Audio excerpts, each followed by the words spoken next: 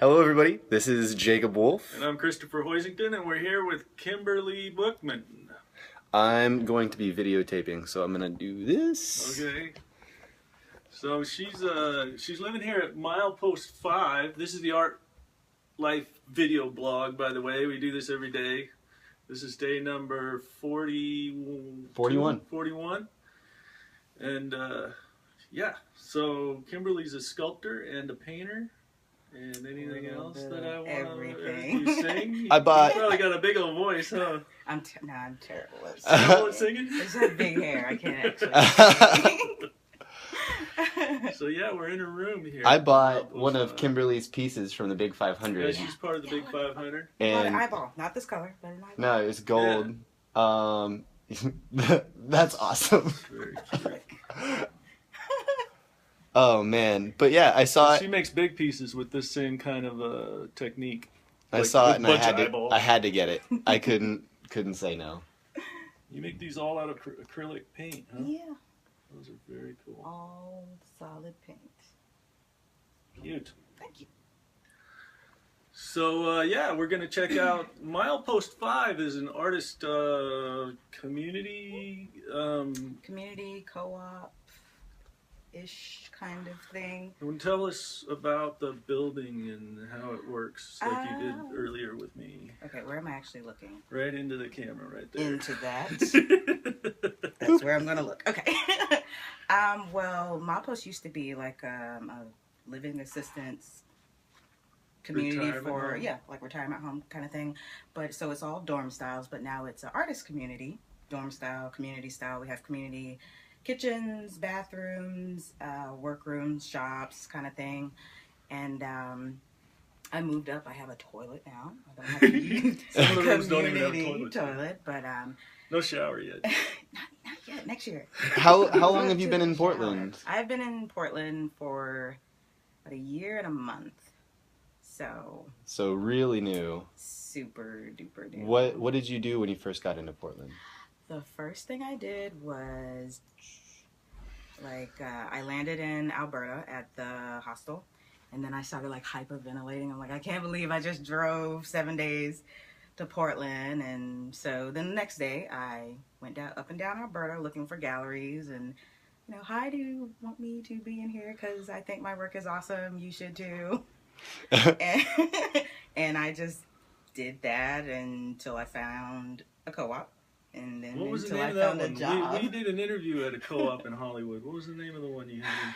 This one was Artistic Portland. Yeah, that was the first place that we interviewed. We were walking by there on a photography walk. We do 35 millimeter. Yeah. Go on a picture walk. I don't remember what we called it. Photo walk. But we were walking by that place, and I was taking a picture of a statue that was outside, and this lady came out and said, "Hey, the artist is here." And that was our first. Yeah, we met Joe Warren and first artist that we ever interviewed that we didn't know first. Yeah, besides like Robert. Right. It was great. That's cool. That was my first co-op because I didn't even know what a co-op was, and I was walking by the same way, and I was like, "This looks artsy.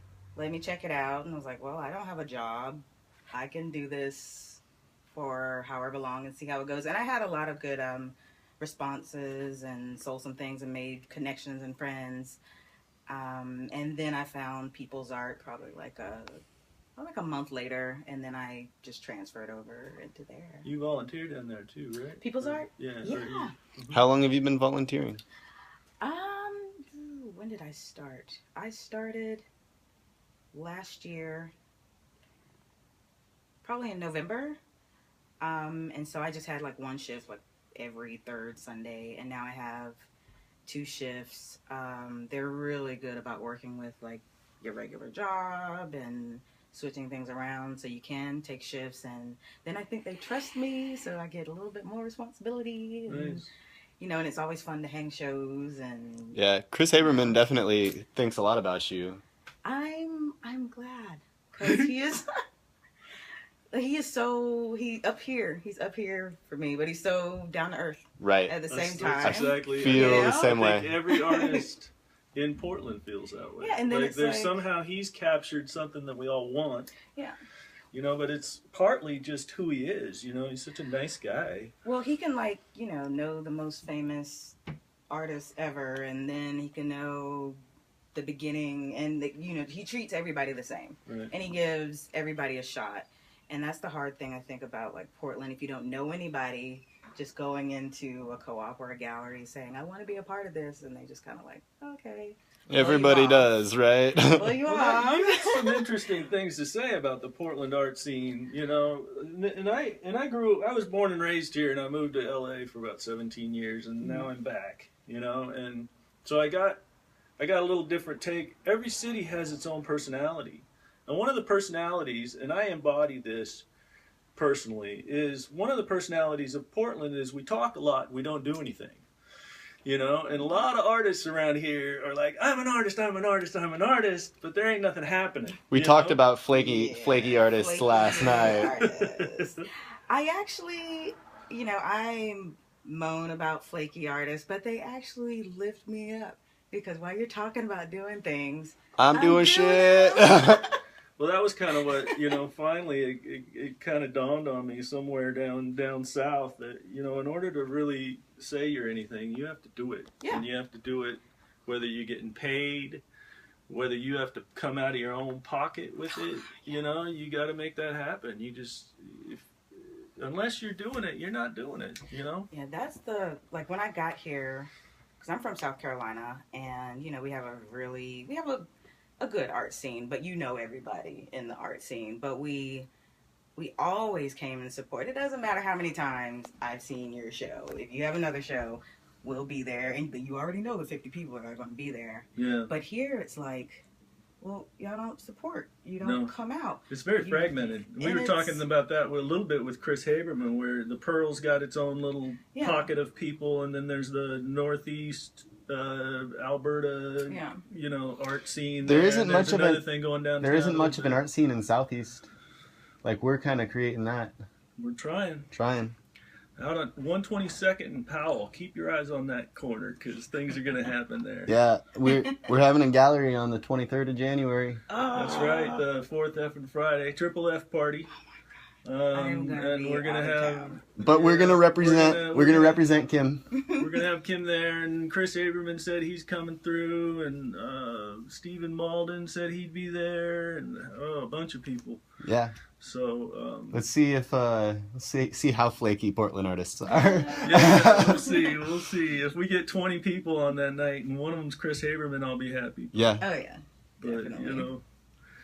Anyway, let's go down to the studio and check out your other stuff. Cool. Well, we haven't checked out any of our stuff. Okay. Well, what's going on in here? Okay. Well, I'm glad you asked, because I actually built this myself. Nice. Wow. Okay, somebody helped me with this part, but then I Yeah. added. Because my favorite store is Lowe's. Like, I love power tools and saws and, you know. I'm with you. I'm a So man. this is like some Viking. That's some hardcore. Yeah. So, and then I added the bed. I'm going to add an extension because this is just way too small. And then I added my kitchen area. So I'm pretty handy. I do more than... Is there a hot plate over there? No. We have a kitchen. I use that. No. But just... my kitchen area. Nice. And all this was done down in the shop. Wow. So yeah, and then oh god, there's so much there. You see my mannequins and arms, and this is a fraction of what I actually had at home. Yeah, a fraction of my all studio. these down here are full of pencils and paint. And all these pull out, and there's tons of mannequins there's under more here. back there. Holy His body cow. parts was under here. That's where I hide my bodies. Shh. But yeah. You just told that to the world. That's no secret anymore. Just don't tell Look anybody. under Right? the jacked up bed. I found your charger. I need that. Put that somewhere. But yeah, so Let's go. This way. this way. Let's take a look. I'll lock myself out the room. Hallway here. Let me blow out that candle before we hear some. Looks like a snake skin. What's a snake skin? All right.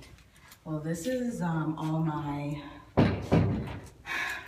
When I got to Portland, I was like, I need to make brand new work. Just work in Portland. Like I've done the eyes. No, it's just like, I'm gonna show you what I can do from the ground up. Cause I've done the eyes for over like 6 years. I've done over 1,000 of them, and people love them, and they're great. But I was like, no, I can do other things. So this show, this is one of the pieces from my show called Art of Darkness and Light, and what it is about is all these female stories, tragic female stories, tragic, gruesome female stories. So this is my take on Medusa. And I didn't want to be the typical green, ugly monster. It's snakeskin. It's real snakeskin. Jen Berry gave me the snakeskin. Snakeskin. Jen Berry and Jen Berry's dad. I was talking to him today, or her today. Jen. No, she's amazing. I Yeah. love Jen. But yep. So she provided me this, and all of this is what is it? Scrap from Scrap down on MLK. Okay. Yeah, and this is plaster cast. All my new work is done in plaster cast to keep it light, keep it fast, and there's a mannequin under my bed that I cast it off of. Yeah. So, yeah. And these are leaves? Yeah, Like the skeletons of leaves? Mm-hmm. I like everything to be, well, right now with this show, like organic, so I have a lot, like this is potpourri and leaves and just various organic material. Very, very Looks cool. like you cast it from a real body. This is hilarious because this one is Lavinia. Lavinia is from Shakespeare's Titus Andronicus, and she ended up being raped, and her tongue was cut out, and her hands were cut off and replaced by branches. Wow. So she couldn't speak the name of her rapist, and she couldn't point to the rapist. And the thing about like this bust, I actually found it outside on Alberta. This is, So if you recognize yourself, yeah, thanks. this is made from a real body right here. And I think that's why it's everybody's favorite. But it was funny because my friend had sent me a picture from an art show like a few weeks ago, and it was in the art show.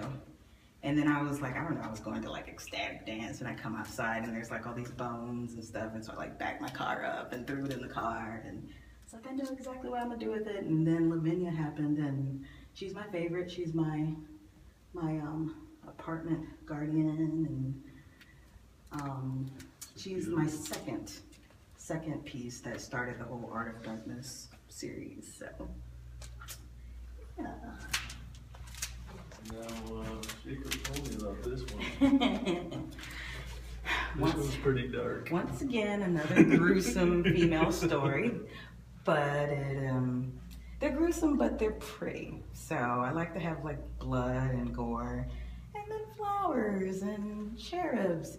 So this is Saint Lucy, and her deal was basically she didn't want to marry this rich guy, and in some versions her breasts were cut off and put on the platter, and other versions her eyes were plucked out, and so you see paintings and pictures of her holding a platter with eyes, and then her eyes grew back, and then that's why she's a saint. The short version, but yeah. So That's her eyeballs right these there. are eyeballs, and those are some eyeballs I had, and they. But so yeah, and same deal, plaster cast and everything. And another thing I like to point out with my sculptures is I don't like to add things that they're not needed. She doesn't need legs. She doesn't need another arm. Like this is the story right here. So I just give it just enough to tell you exactly what I need you to know without adding extra things. So that's why they don't have arms. And I like it because I think some people are like, oh, well, she can't do legs or she can't do fingers. And I'm like, no. Whatever. Y'all are just looking for something to criticize. Or she can't do faces or that kind of thing. So, now this one is ridiculous. It's on a huge canvas. I have to actually break it every time to move it. But this is, I don't know if y'all know, but Adam didn't have one wife. He had 3. Oh. It was Lilith, And then the second one didn't have a name. And then there was Eve. Eve. Yeah. So this is my take on the 3 Wives of Adams, but it's called